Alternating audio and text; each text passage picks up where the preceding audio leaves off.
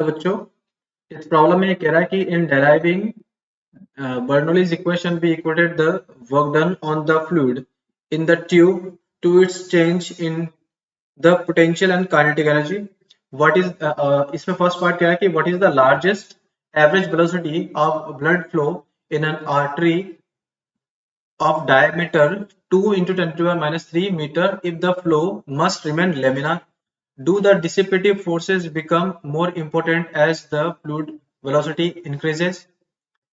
Discuss the quantity. ठीक है, तो यहाँ पे हम पार्ट फर्स्ट को सॉल्व करते हैं, जिसमें कि पार्ट फर्स्ट कह रहा है कि हमें average largest average velocity blood flow की वेलोसिटी निकालनी है आर्टरी ट्यूब में, जिसमें डायमीटर इन्होंने इतना दे रखा है। तो देखो लार्जेस्ट एवरेज वेलोसिटी अगर हमें निकालना है लेमिनार केस को कंसिडर करते हो तो उसके लिए जो रेनॉल्ट नंबर होता है, देखो रेनॉल्ट नंबर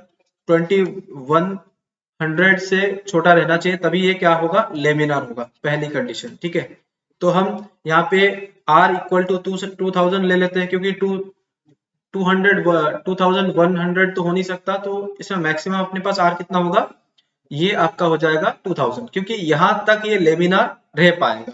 ठीक है, अगर यहां तक लेमिनार रह पाएगा तो उसके करस्पॉन्डिंग अगर हम एवरेज वेलोसिटी कैलकुलेट करें तो वो आपका होता है रेनॉल्ट नंबर, ये आपका क्या हो गया NR। ठीक है, ये आपका रेनॉल्ट नंबर, ईटा, ये रो ऑफ फ्लूइड, फ्लूइड यहाँ पे क्या है ब्लड, इनटू डी डायामीटर, तो ये NR हो गया आपके पास 2000। ठीक है, मल्टीप्लाई बाई ईटा आपके पास ये हम यूज में लेंगे डाटा फॉर ब्लड, ये हो जाएगा 2 पॉइंट। ठीक है, यहाँ पे देखो ब्लड फ्लो क्या रखा है, तो ईटा की वैल्यू ब्लड का ही लेना है अपन को, इतना हो जाएगा 10 टू पावर ये हो जाएगा 4, ये होगा -2 अपॉन रो आपके पास होता है 1.06 into 10 to power 3 multiply diameter यहाँ पे ऑलरेडी दे रखा है 2 इंटू 10 टू पावर -3 मीटर। ठीक है, तो जब हम इस वैल्यू को यहाँ पे सॉल्व करेंगे तो वेलोसिटी ऑफ ब्लड जो आ जाएगी वो आ जाएगी आपके पास 1.966 मीटर पर सेकेंड। ठीक है, इतनी इसकी एवरेज वेलोसिटी आ जाएगी।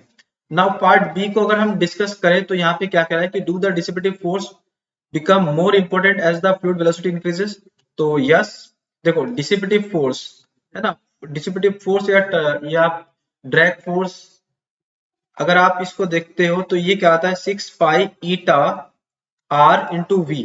तो अगर अगर डिसिपेटिव फोर्स अगर बढ़ जाएगी तो सिस्टम क्या होगा, उसमें उसकी वेलोसिटी ये इंक्रीज होने लग जाएगी, तो उसके करस्पॉन्डिंग जो आपके पास जो सिस्टम है वो लेमिनार से टर्बुलेंट की तरफ शिफ्ट होने लग जाएगा। ठीक है, तो डिसिपेटिव फोर्सेस की वजह से भी वहां पे वेलोसिटी में फर्क आ सकता है। ओके, तो ये हमारा इस क्वेश्चन का यहाँ पे आंसर हो जाएगा। I hope all of you understood very well. All the best.